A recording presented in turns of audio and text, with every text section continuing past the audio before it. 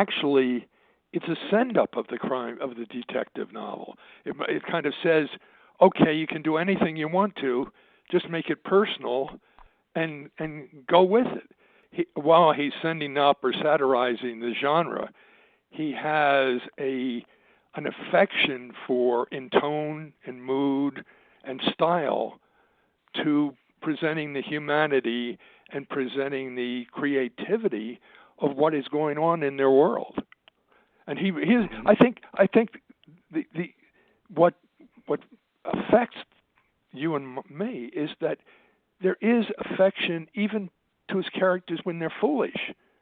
There are very few completely evil individuals in his work. I mean, he obviously is against the bank, and he's against the system, and he's against the bureaucracy, but they're kind of faceless. They are not human entities, and he is basically a humanist. Now, one problem that I've faced recently is that I'm surprised how much his reputation has faded in the last few years.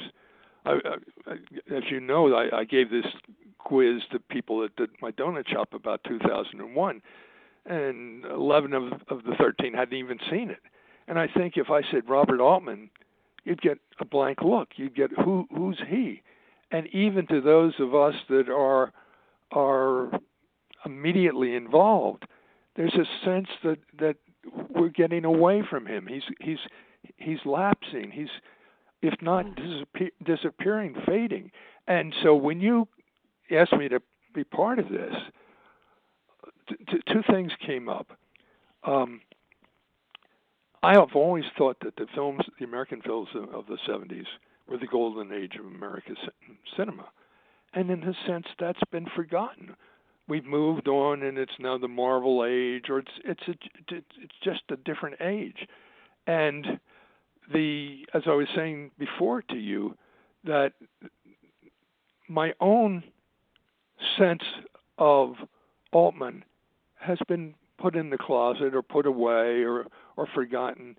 And when I went back to reconsider Altman and just got back in his spirit and back in his and read my interview with the writer Lee Brackett, who did the screenplay for The Long Goodbye, and Vilmos Zsigmond, it became alive again. Let's talk about Lee Brackett and your meeting with Lee Brackett. I mean, this is someone who co-wrote The Big Sleep. She wrote about a third of it. She told me that Faulkner met her the first day, and he said, "We'll write alternate chapters." And I write the first, you write the second, and she never saw him again. She saw him in the morning to just say hello, and they gave it that the director Howard Hawks, and Howard Hawks was more a director who used the writing but went farther, went wherever it took. He would take side trips in his work and go all circuitously, and he was a creative spirit. So in a sense, she wrote a third of it, William Faulkner wrote a third of it, and Jules Furthman wrote a third of it. So it was a combination. The fact that 27 years later, Altman gets her, and he was not the first director. Every director before him had given up. I think Brian Hutton was the last one, and she had done a script, and he was in London, and he said, "I might do it. We've got to keep the ending that you have. If they do that, I'll do it." So he was doing Images, which is a tremendously underrated Altman film, and probably the most challenging film he ever made. He was in London doing that, and she flew over and met with him every day, and at night she would write, and then the next morning they would talk about what they were trying to do with what they were going to be doing with The Long Goodbye. So did she feel simpatico with Altman? Well, no. It was. She wrote seriously. She said, "I wrote seriously," and he thought it was a joke. And I mean, she's not dismissive of it, because she said in fact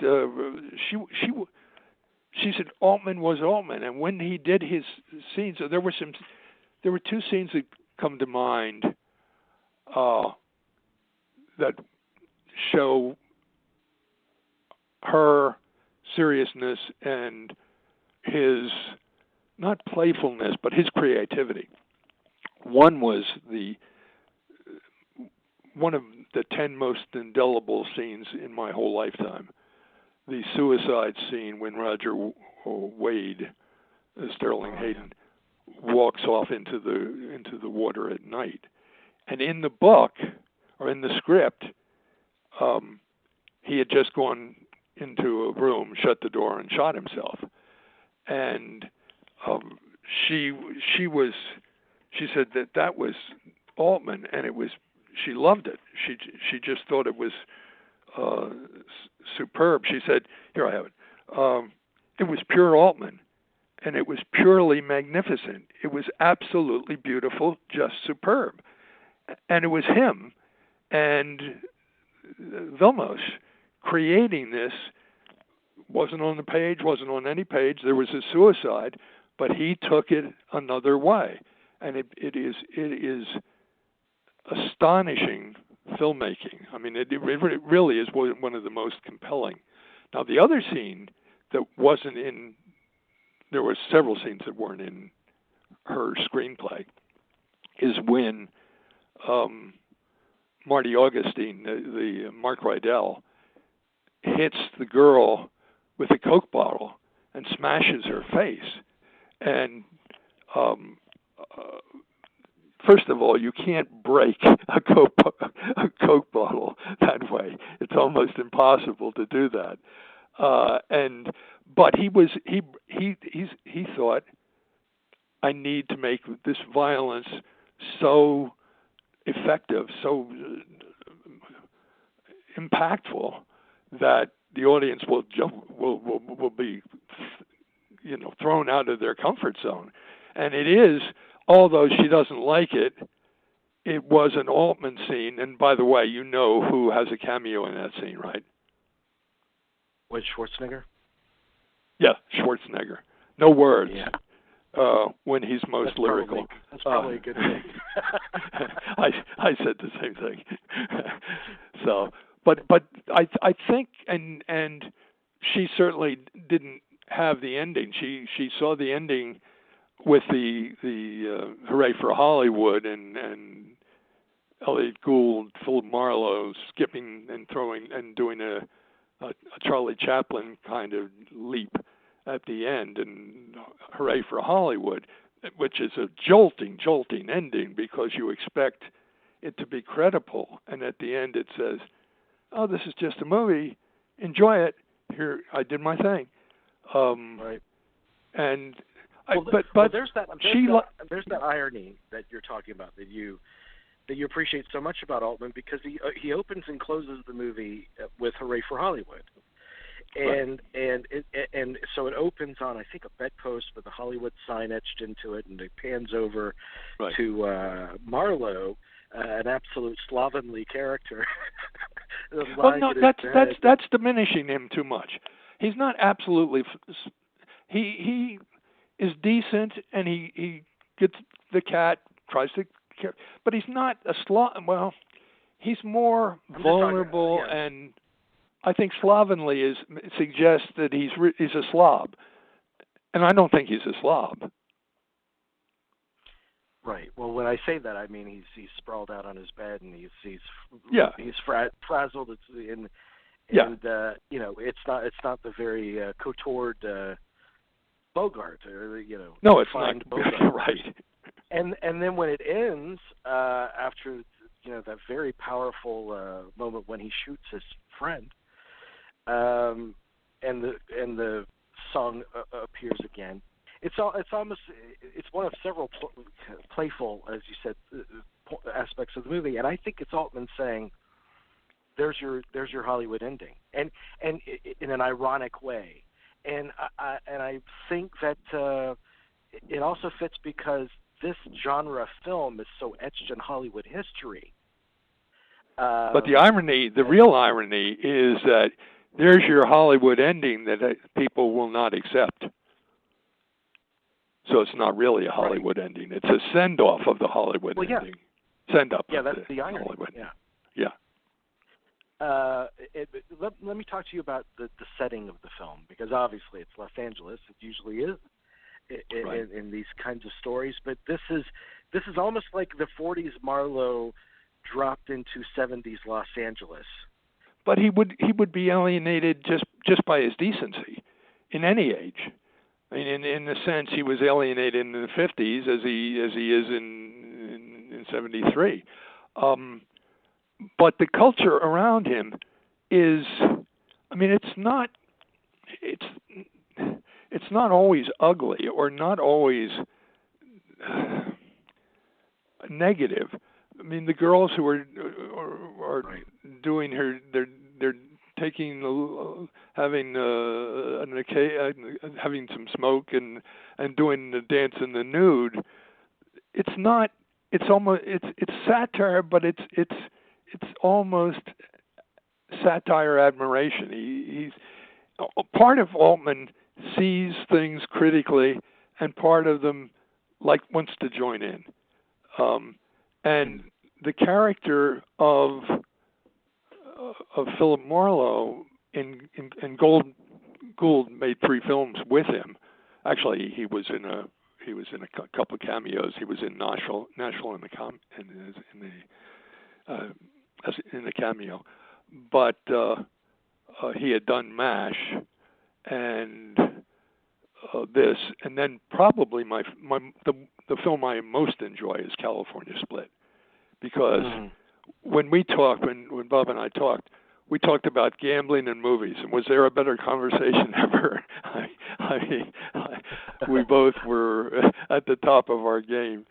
So, but I think he has to be alienated because he's a decent soul, because he has integrity, but he's also vulnerable, and he also trusts other people whom he shouldn't trust. He's not calculating. He doesn't have. He isn't as knowing or insightful as the Bogart Marlowe, and I think that's what some of the purists rejected. That he wasn't quite the cool hero that they needed, that they wanted, that they expected. But he has, as you have said, he's been transported, or he's been transferred to another age, another era, with its values and its lack of values. But his have not changed. But he does learn. He does learn. And then he has a mantra, which is just like when he sees the girls in the on their patio there, and he sees their behavior, he says, "It's okay with me." I mean, that's a repeated mantra. As long as it doesn't kind of infringe upon me, you can live your life however you'd like. But then he's faced with the ugly side of that too. I mean, not just how about the song that "It Don't Bother Me" from Nashville? That's almost the same thing. That it don't bother me. Let them do what they are doing, and as long as it doesn't bother me. But of course it does when he's betrayed by his the friend he believes in.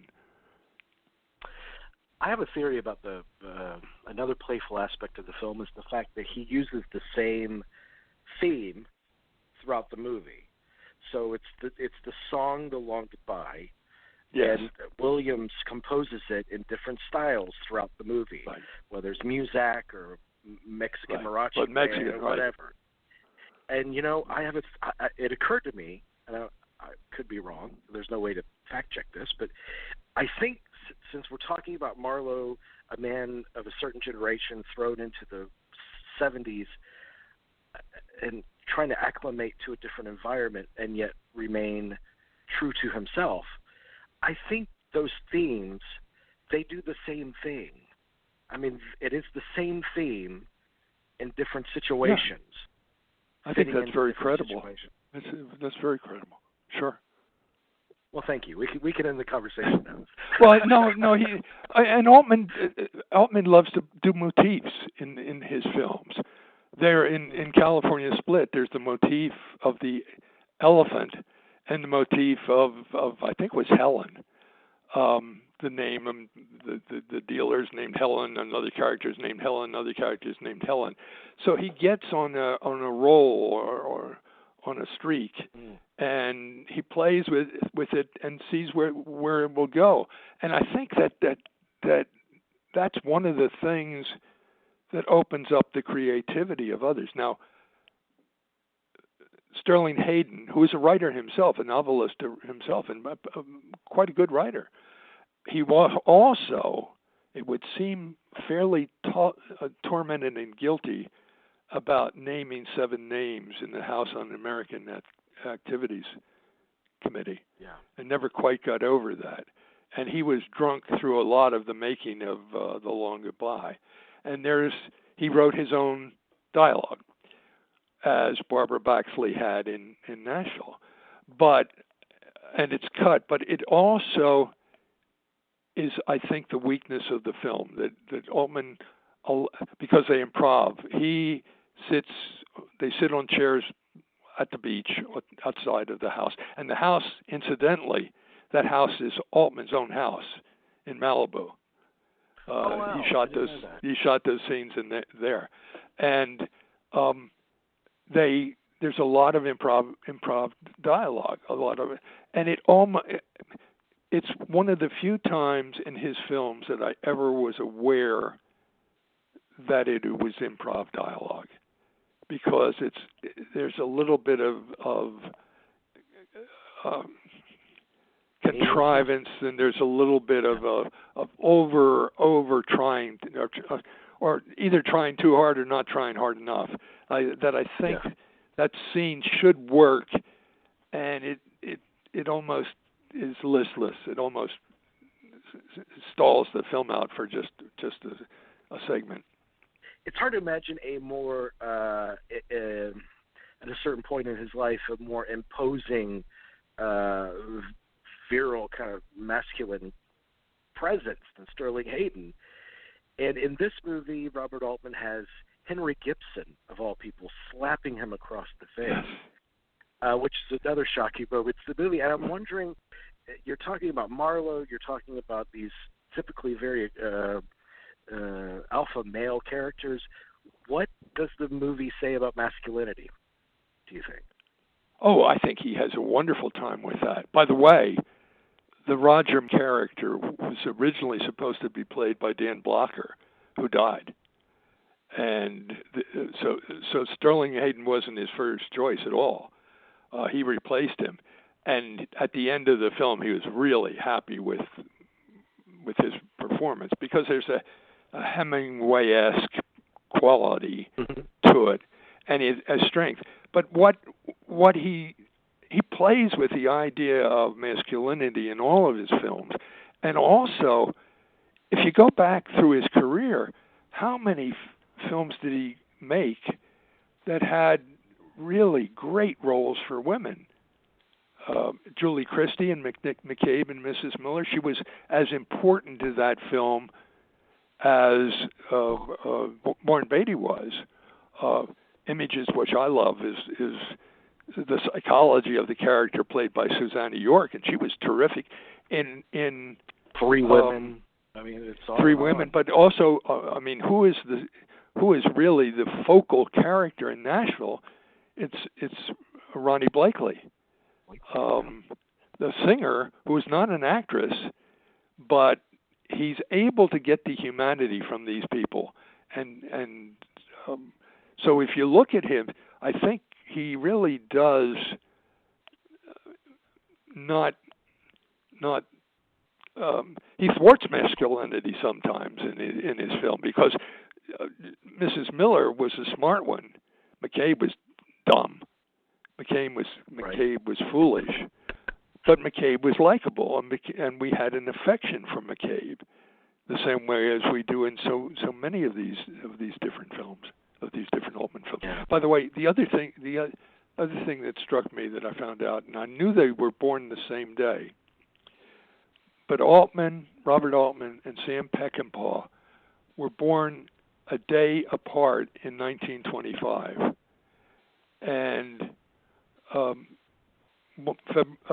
Peckinpah was the 21st of February, and Altman was the 20th of February. So Altman outlived him for 22 years. That's quite a fact.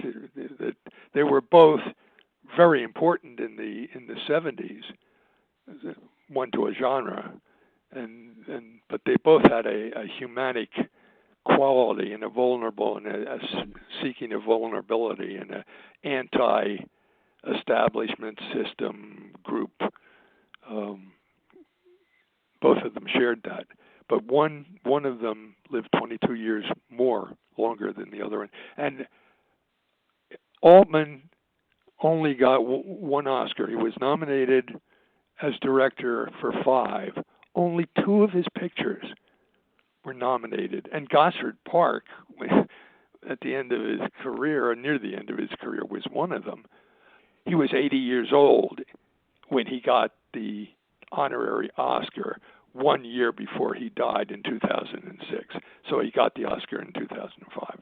So that's what I meant. And on that stage, he confessed that he'd had a heart transplant. Yes, and it was much earlier too, which was another shock.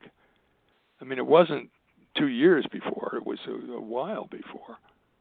He was actually in the planning stages of his next movie, which was Hands on a Hard Body, about a competition of people that have to leave their hands on a big truck in order to win it. And he was going to shoot in St. Pete, not far from here where I live. Oh, really? That would have been incredible to drive up and try to catch a glimpse of the band. What was it? A novel or a script, or do you know what the source of it was? It came from a script that I think a female wrote, and he had already cast Billy Bob Thornton and Kathy Bates and a few others. But it sounds like the setup for an Altman movie, a large cast of colorful characters in a confined space. Try to win this truck. Well, he had a literary sense to him as well. He completely changed MASH but there was some. E. Cummings was really this may be my favorite of all time, just because it's so daring and such a failure. And we talked about this, Buffalo Bill and the Indians, and Paul Newman giving probably his most raw performance in that he really showed himself. But The Player's a good one. That was from a novel, and Shortcuts came from the Raymond Carver short stories. So, and these directors who have a literary sense and care about language, I'm fighting a losing fight trying to stand up for language in films. But so many of the masterly directors of the past had a great sense of didn't mean that they didn't prefer image to dialogue, but they had a great sense of what words can do, that words do matter. Well, speaking of the words, and the Philip Marlowe character, and my God, why is it left me? Who wrote all the Philip Marlowe? Chandler. Raymond Chandler. Raymond Chandler aficionados, I think one of their main problems with the movie is the ending. They think it's a betrayal of the Marlowe character that he tracks down his You're friend right. and kills him. But I think they may even they probably wouldn't admit this, but they may even be more bothered that Marlowe is not being played by Humphrey Bogart. Right. That he defined the character for so many of them, so many people, and The ending, yes, of course, but I think it was also that they couldn't accept the portrayal of Marlowe as anything other than Bogart. Right. Well, we'll tackle Ellie Gould in a second, but why do you think the ending's right for the movie? I don't think it's a question of right or wrong. It's a question of does it work or doesn't it work. I mean, you could have ended it 30,000 different ways, but to me, endings of movies kind of reverberate back through the film, and this ending was set up. It's not just tacked on. It may seem totally out of the blue and not germane and not really right for the film. But Bob Altman was an iconoclast, and this is an iconoclastic statement. It's also, I think, the other thing is that when I told you that there was that Lee Brackett saw the work differently than Altman did. She wasn't critical of him. She just saw it, said she saw it differently. That if Altman saw it as a joke, he's got to have a punchline. And the punchline is well delivered, and it works for me. But I must admit that when I first saw it, I think I was disconcerted. Because I said, oh no, that's cute, but it's not what I expect. But of course, what I expect, and I mean, Altman said one time, it's not my films that fail, it's the audiences who fail. And that's a great Altman quote.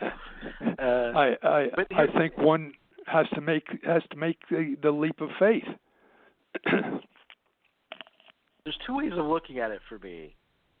There's one that he is, and this is what Michael Connelly said too, that he is standing by his code, that he doesn't want to exist in a world where someone like the person that he thought was his friend is lying in a hammock somewhere in an exotic locale, spitting money. And so it's a reflection of him setting things right. There's also the possibility that he loses something of himself when he pulls that trigger, or maybe. Well, of course, I think they're both. I think they're both germane. I think it's absolutely. If there's nobody else going to deliver justice, I have to, but at what cost? Right. It doesn't come without personal cost. And in a sense, that's what life is. If you stand up, if you are principled, it costs you. If you have principle today and run for public office and hold to your principle, you're going to lose. Yeah. You have to. No, you are. I mean, you are. I mean, if you're a whistleblower today, and you know that whistleblowing is, quote, wrong, quote, unquote, it's illegal, and it's unlawful, but your sense of justice transcends your sense of propriety. It is at a personal cost, and sometimes sometimes people who have principles, it costs them their livelihood or even their life. And so I think the sense of justice, that society isn't going to met out justice, that nature isn't going to met out justice. So I am the last one. I am at the end of the line of the justice line, but there's nobody behind me and there's nobody in front of me. It's a one-person line. Do I act? Yes, damn it, I act. And so then Altman, who has made this shocking Philip Marlowe act, ends it with a frivolous, almost frivolous trip down the pathway to, I think, lighten it, because without that ending, it ends with, wow, whoa, no. It ends with a shock, maybe, or maybe yes, that's what had to happen. But I don't think he wanted to end it with people dwelling too much on that, unless you're really concerned about justice in this world. Elliot Gould is obviously not the he's not the obvious forebearer of Bogart, Mitchum, that kind of personality. So, what? How does he define Marlowe for himself, do you think? Oh, I think he's perfect. I think it was just a casting coup. Now, the irony is, of course, he worked first with Altman in MASH, and he and Sutherland went to the producers in the studio to try and get Altman fired because they didn't know what was going on. It made no sense to them. And then suddenly here comes a film that works with an audience and is perfect for its time. By the way, one of the sad ironies is that if you are talking about Altman and you mention MASH, almost everybody will think of the TV series with Altman, and Altman didn't like it at all. Didn't like the series at all because he thought it was too soft and too commercial and all of those things. But so he knew what Gould could do and what he could do with Gould. And I think it was now the actor, once he's given this pathway, this direction by the director, I think it's pretty easy to play a vulnerable, flawed man with a sense of decency and justice. I mean, it's not as though he's going to be asked to give great soliloquies or do something that's awesome. He's just got to get through, and I think that's the fact that he kind of downplays it, and that Altman gives him the way to downplay it. Really worked well, and they really. I'm not sure what he would say about it today, but I know that he liked the quote freedom that Altman gave him, even though it was with direction, it was with purpose. There was a sense of, I'm creating a character. Let's see where this goes. He said it's his favorite character that he's ever played, and that he's dying to return to that character before he dies. Well, he in fact bought a follow-up short story for $1, hoping that he could make it, and he never got the opportunity to. And one can see that. One can see what I think he had a whole lot of fun in California Split. That film just is brewing with joy and pleasure and challenge and experience, and he and Siegel had a great chemistry to it. But it's interesting. We talk about the 70s being such a golden age for movies, and in terms of the detective genre, within a year of each other, you had two of the all-time great films, with The Long Goodbye and Chinatown. I think Chinatown is a masterpiece, and it appealed to me, and so it was my favorite film to teach because Nobody sees the dualities. Nobody sees the pair. Everything is twos. Everything is paired, and usually one of them is destroyed, whether they're traffic stoplights on a car, and one is out, or whether it's her saying, "My daughter, my sister, my daughter, my sister, my daughter, and my sister." I mean, and then I love it when we are able to recognize the personal in the film. This was, but Chinatown was written to end. Robert Town wrote it, and it was supposed to end with them escaping to Mexico, but the director Polanski's wife had just been killed by the Manson family, and so his angst and loss and grieving is palpable in that film, especially at the end of it. Another, which is maybe the most profound example of duality in the film, comes from the director himself, because here he is, he's living the dream, making a big Hollywood movie. He's being heavily lauded by audiences that adore, critics that adore him, and on the other side, his other foot is heavily steeped in tragedy. To me, I can't put them in the same. I mean, I guess The Long Goodbye would be in my top 50, maybe. I don't know. But Chinatown would be in my top 5. Yes. They're both very human films, but on totally different levels. One is playfully human. The other is tragically human. And to me, they're just not equitable at all.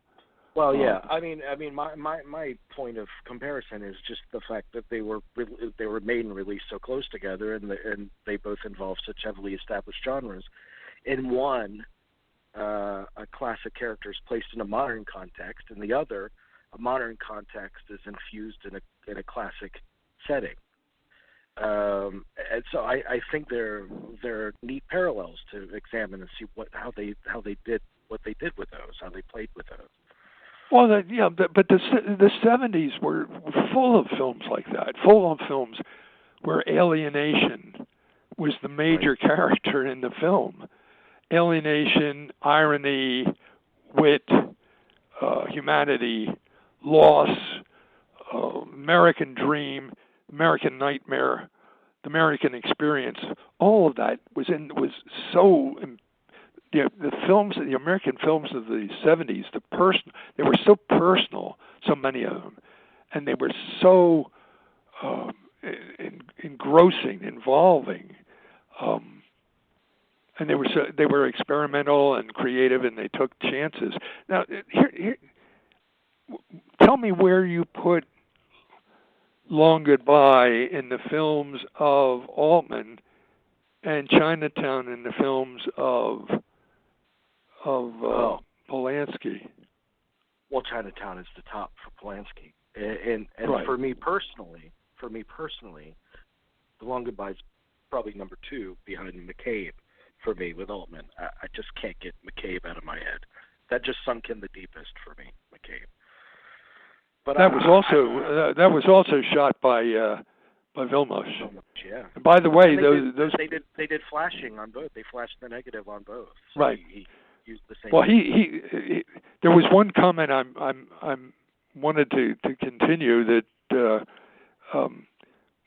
we were talking earlier about the scene at night that he wanted to shoot with the suicide, walking off into the night sea, and of course the light wasn't any good. And there are a couple of comments that he made to me that I may have to jerk around a little bit, but he said the critics never gave enough credit to Robert for the visuals in his films. They should say Vilmos Sigmund's photography with Altman is gorgeous. And then there's another, he was talking about, and this was interesting to me, because, we think of Altman as being creative and idiosyncratic, but more in a not superficial sense, but more in a playful sense, a almost gimmickly sense. But he said about later in The Long Goodbye. He said to me, on every single shot, we moved the camera on a dolly left or left to right to create an extra third dimension. And I said, well, for what purpose?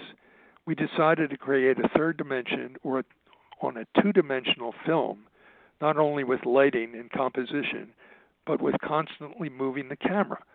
Since the objects change positions differently in different places, the camera move reveals the right perspective of the objects in space, thus creating the missing third dimension. Now, how many of us are aware of that? When we think about, I think that's absolutely right, because when you think of, especially on a photographic level, I mean, the precision and the intention of the flashing the negative in McCabe, the camera movement in Long Goodbye, it serves a purpose. And in The Long Goodbye, I think what that camera movement does in every shot, it gives a sense of voyeurism. Yes. For the audience. Yeah, and that's crucial to the film and the genre. These things deserve to be sustained, like the appreciation of Altman, and in this example, The Long Goodbye. I think without you and Movie Geeks United and sites and sources like that, the good will die, and we have to try and keep it alive because it is crucial to our humanity. And creativity is all for some of us. Thanks.